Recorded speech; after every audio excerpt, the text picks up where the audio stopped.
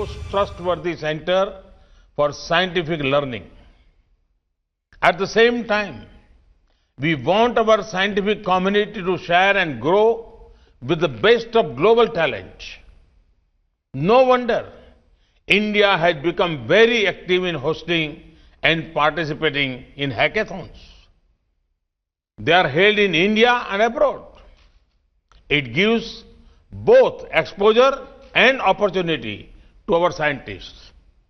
साथियों, साइंस और टेक्नोलॉजी तब तक अधूरी है जब तक इसका बेनिफिट और एक्सेस हर किसी के लिए संभव ना हो।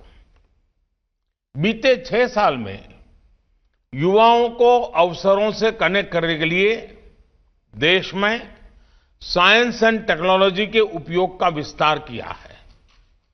साइंस एंड टेक्नोलॉजी अब भारत में अभाव और प्रभाव की खाई को भरने का एक बड़ा ब्रिज बन रही है।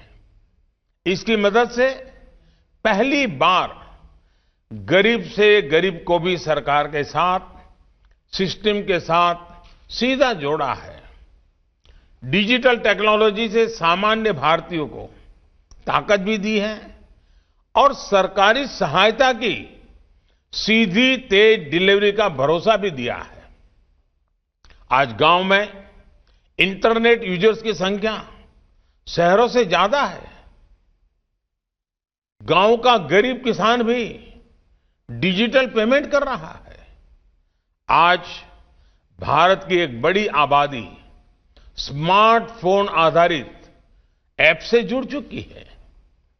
आज भारत ग्लोबल हाईटेक पावर के इवोल्यूशन और रिवोल्यूशन दोनों का सेंटर बन रहा है। साथियों, भारत अब विश्व स्तरीय शिक्षा, स्वास्थ्य, कनेक्टिविटी, गरीब से गरीब तक, गांव-गांव तक पहुंचाने के लिए हाईटेक सॉल्यूशंस बनाने और अपनाने के लिए तत्पर है।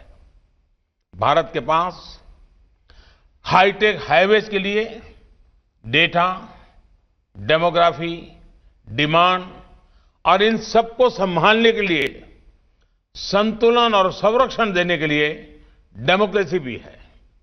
इसलिए दुनिया आज भारत पर इतना भरोसा कर रही है।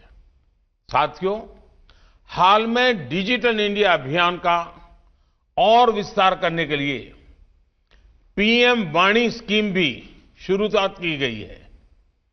इससे पूरे देश में पब्लिक स्पेस में सबके लिए क्वालिटी वाईफाई कनेक्टिविटी संभव हो जाएगी।